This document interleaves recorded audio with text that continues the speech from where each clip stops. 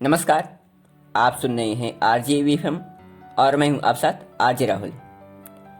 अकबर बीरबल के इस एपिसोड में आज हम सुनेंगे बीरबल का नगर से निकाला जाना। तो चलिए शुरू करते हैं। किसी कारणवश बादशाह ने रुष्ट होकर बीरबल को नगर छोड़कर कहीं अन्य जाने का आदेश दिया।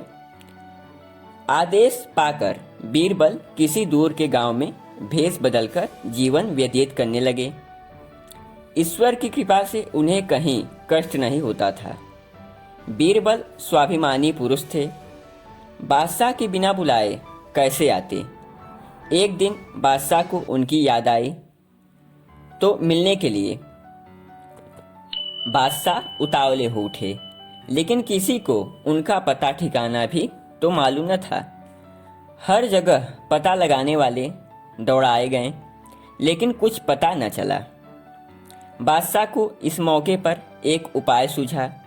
उन्होंने शहर में सुनादी करा के कहा, जो कोई आधी धूप और आधी छाया में होकर मेरे सामने आएगा उसे 1000 रुपया इनाम के रूप में दिया जाएगा।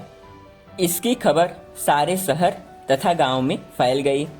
सभी के मुंह में पानी भर आया, लेकिन किसी को कुछ भी उपाय न सूझा। इस बात की खबर बीरबल के कानों में पहुंच गई। बीरबल ने एक खाट को एक पड़ोसी गरीब किसान को देकर कहा कि देखो, इस खाट को अपने सिर पर रखकर बादशाह के सामने जाना और निवेदन करना कि आपके सामने आधी धूप तथा आधी छाया हूँ। अब पुरस्कार मुझे मिलना चाहिए। बीरबल के कथा अनुसार ही उस किसान ने खाट को सिर पर रखकर बादशाह के महल का रास्ता लिया तथा बादशाह के सामने उपस्थित होकर बीरबल द्वारा बतलाए गए निवेदन को कहा। बादशाह समझ गए कि यह किसान के दिमाग की उपज नहीं है और किसान से बोले, तुम सच सच बताओ, यह उपाय तुमको किसने बताया।